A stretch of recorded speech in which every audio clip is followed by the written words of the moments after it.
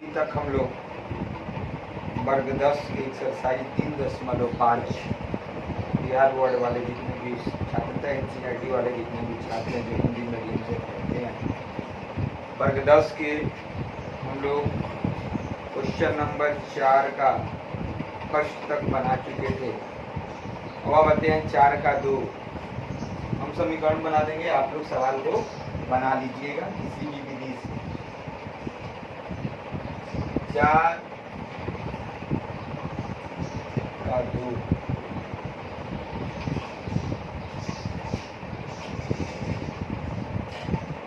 4 का 2 कह रहा है एक भिन्न 1/3 हो जाती है जब उसके अंश से 1 घटाया जाता है। तो सबसे पहले भिन्न का अंश माना कि भिन्न का अंश बराबर x और हर बराबर y। तो भिन्न का फॉर्मूला क्या होता है? अंश बटे में हर, यानी कि x/y। क्वेश्चन कर रहा है कि यदि भिन्न के अंश से 1 घटाया जाए, प्रश्नानुसार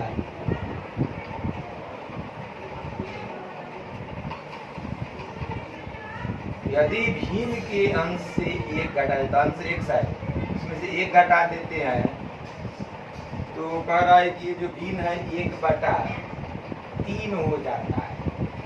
तिरछा तिरछी गुना कर दीजिए।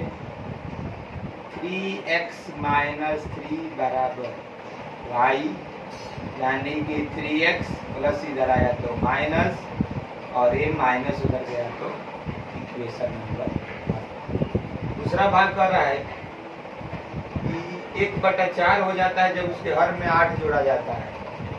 हर में 8 जोड़ते हैं, y + 8, तो कितना देता है? 1/, फिर तिरछा तिरछी गुणा 4x बराबर y + 1, तो 4x - y बराबर इक्वेशन नंबर। तब आप लोग दोनों समीकरण को हल करके x और y निकाल लीजिएगा, और भिन्न के x का और y का मान अगर रख देते हैं ये सही है।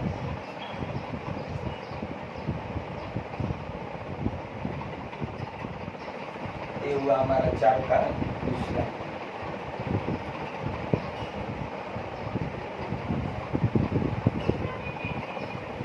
चार का 3।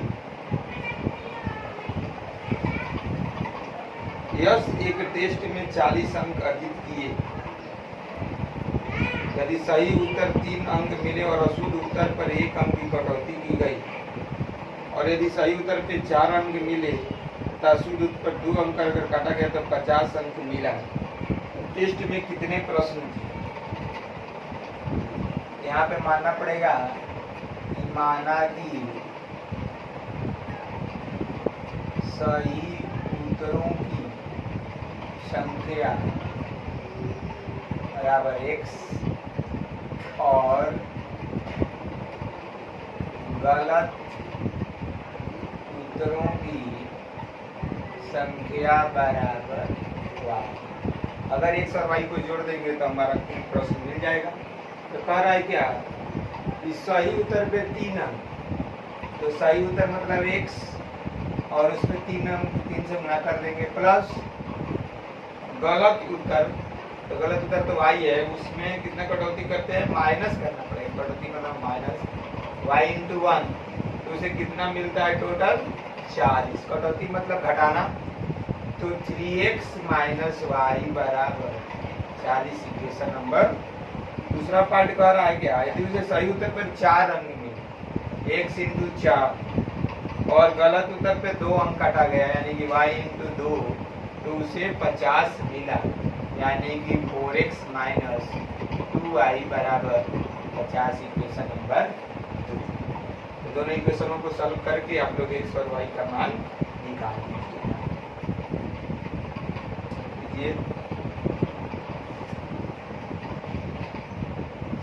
4 का ये तीसरा था।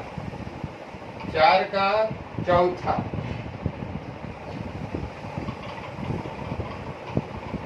एक राजमार्ग पर 2 स्थान ए और बी है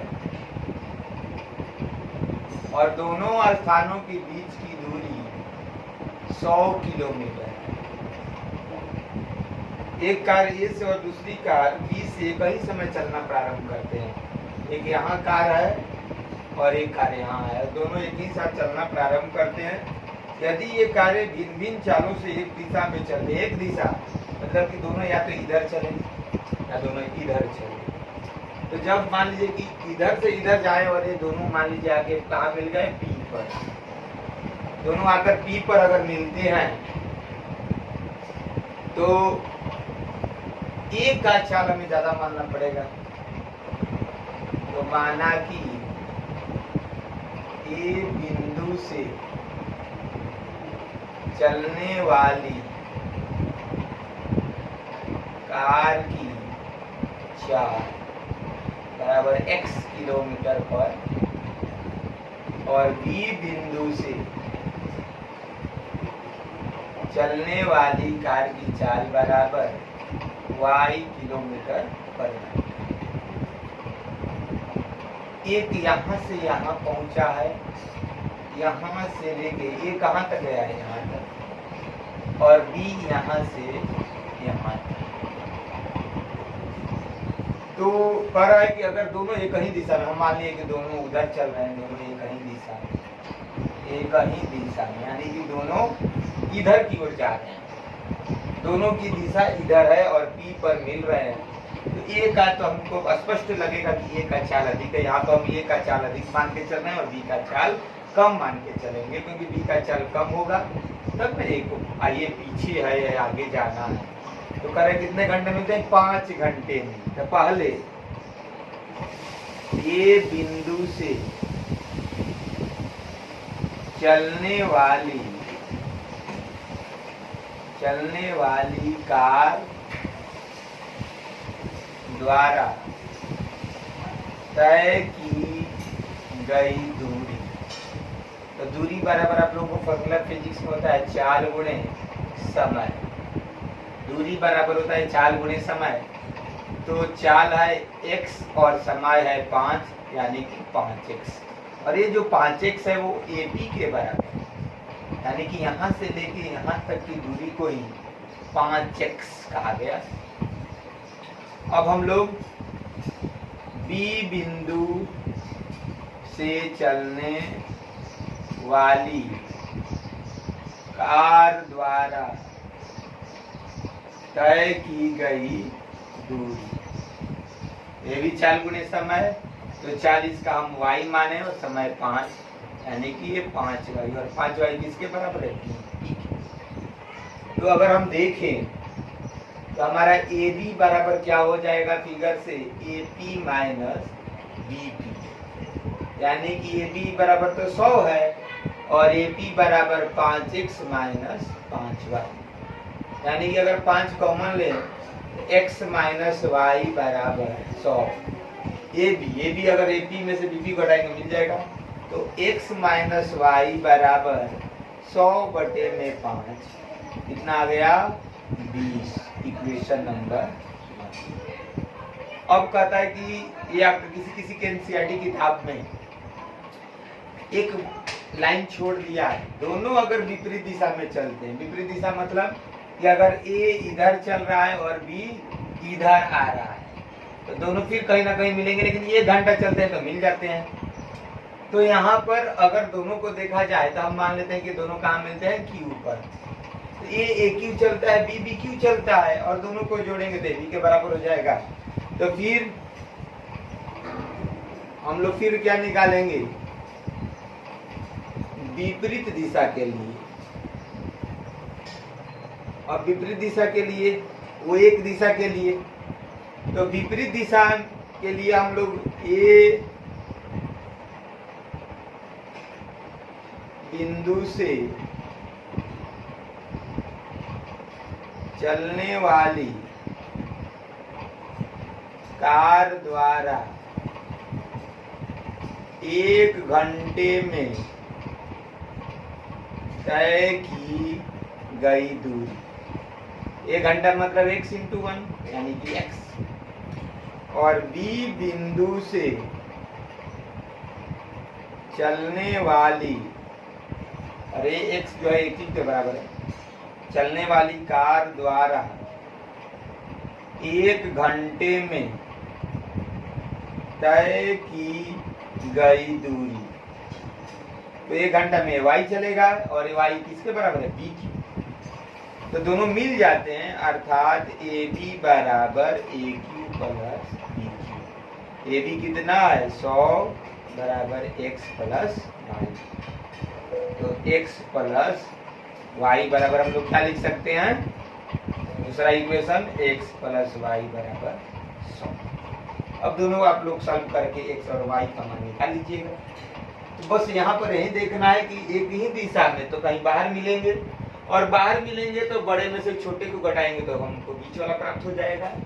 अगर दोनों एक ही दिशा में न चल के विपरीत चलते हैं तो दोनों अंदर मिलेंगे, और अंदर चलेंगे तो दोनों को जोड़ देंगे तो हमें ए बी प्राप्त हो जाएगा। चलते हैं अंतिम सवाल एक्सरसाइज का।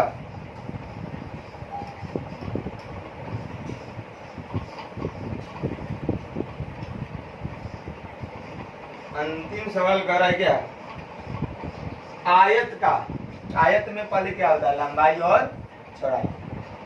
तो पहले मानना है क्वेश्चन नंबर 4 का 5, माना कि आयत की लंबाई बराबर x मीटर, मीटर में तो वर्ग इकाई है तो वर्ग इकाई खाली मानेंगे x इकाई, और आयत की चौड़ाई बराबर y इकाई। तो सबसे पहले आयत का क्षेत्रफल क्या होगा, ये आयत का क्षेत्रफल होगा लंबाई गुणे चौड़ाई यानी कि xy, ये हमारा ओरिजिनल क्षेत्रफल है। अब कहते हैं यदि उसकी लंबाई में 5 कम कर दें और चौड़ाई 3 बढ़ा दें तो जो क्षेत्रफल है 9 कम हो जाता है। तो प्रश्नानुसार